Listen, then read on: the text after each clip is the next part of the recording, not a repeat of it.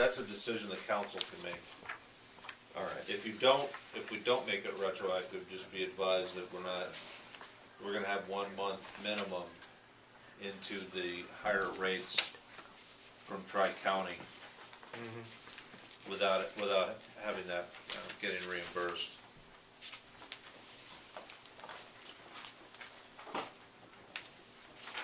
And my recollection of the RME meeting, it was not discussed, or the motion wasn't made to make it retroactive.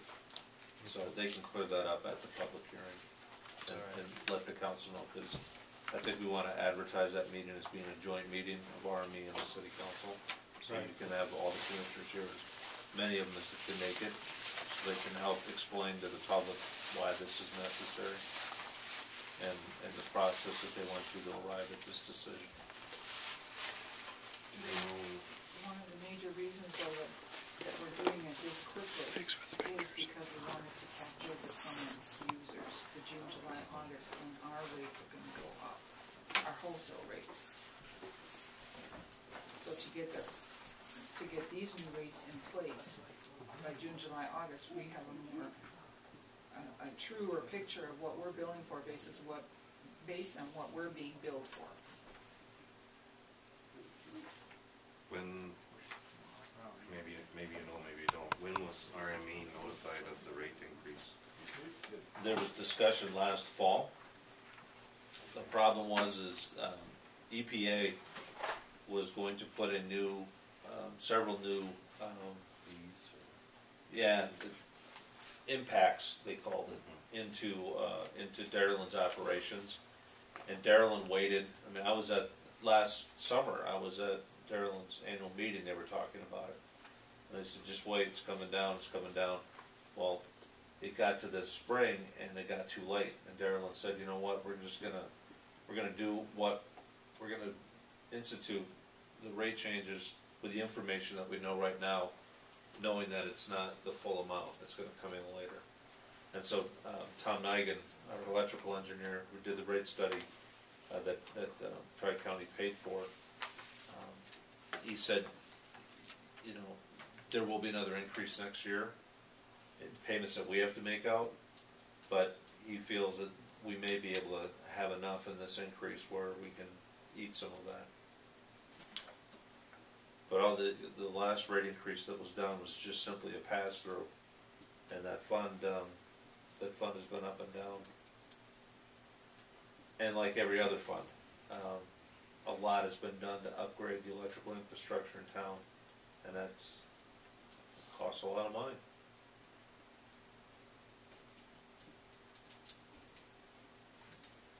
If you average this increase out throughout all the years, not all the years, but I think since the flood, the years that you haven't had any increase at all, it still works out to be, you know, just slightly over inflation. Which, according to Tom and the other cities that he works with, which is almost all of them in Tri-County, it puts us right in the middle of rate increases. This particular increase is higher than what he's done for other cities, but that's because the other cities are doing them almost every year.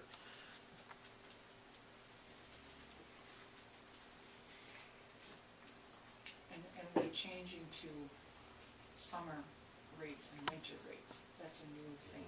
We haven't done that before. As for the city, we will have summer rates and winter rates. Yeah, we have to pay that way, but now we're going to Bill that way. Yep. What they've done is, instead of having summer hours being a longer period of time with shorter duration during the day, they've compressed it so it's just June, July, and August. But they've increased the number of hours during the day when the peak rates are in effect. It's 11 a.m. to 7 p.m. The rates for the summer are higher than the winter? Yes. By how much? I'm not even sure what the increase is, just by that. It says right in here, Is summer and non-summer.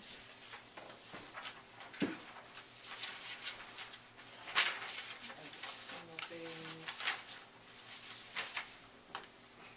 0.14 summer, 0.12 non-summer.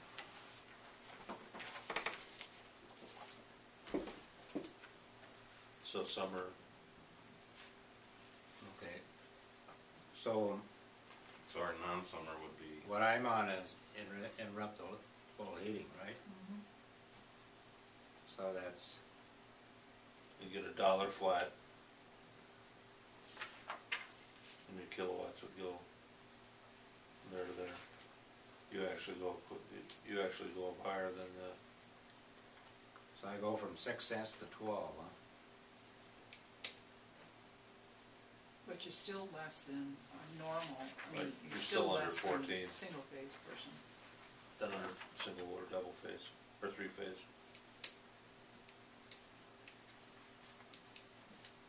But we also, part of all of this is, and Tri-County is doing it, and the city needs to do it too, is to stress to people to cut back their summer usage. Because that helps us on next year's wholesale rate, on our peaks.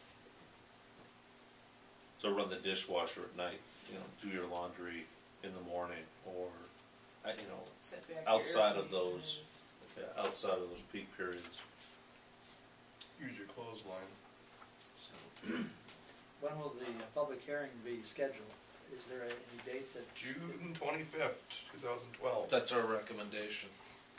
But then you During say regular now council meeting. the retroactive fees from June 1st. We can discuss that then. I think it needs to be discussed.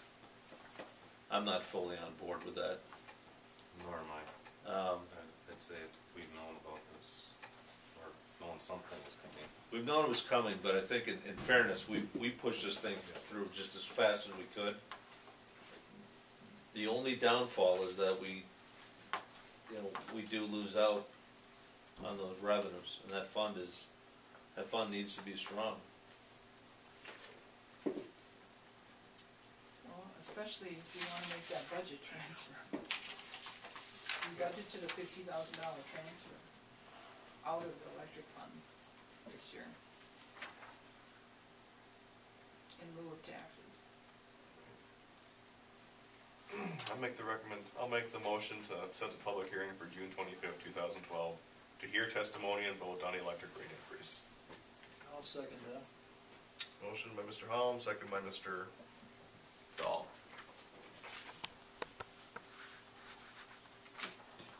Any other question or comment? so what is the reason going from 6 to 12? I mean, the people that have put in geothermal and put in these are to save energy. Now we're getting taxed. And the rate just about doubled. It did double with a $1 user fee, as you said.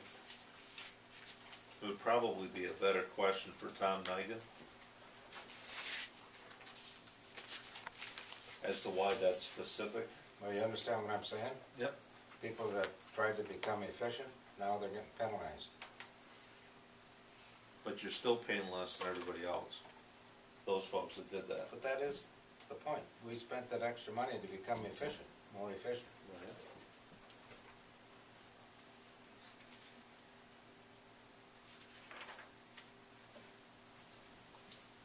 Any other questions or comment? Anyone? All in favor of the motion, say aye. Aye. Opposed? And the motion passed.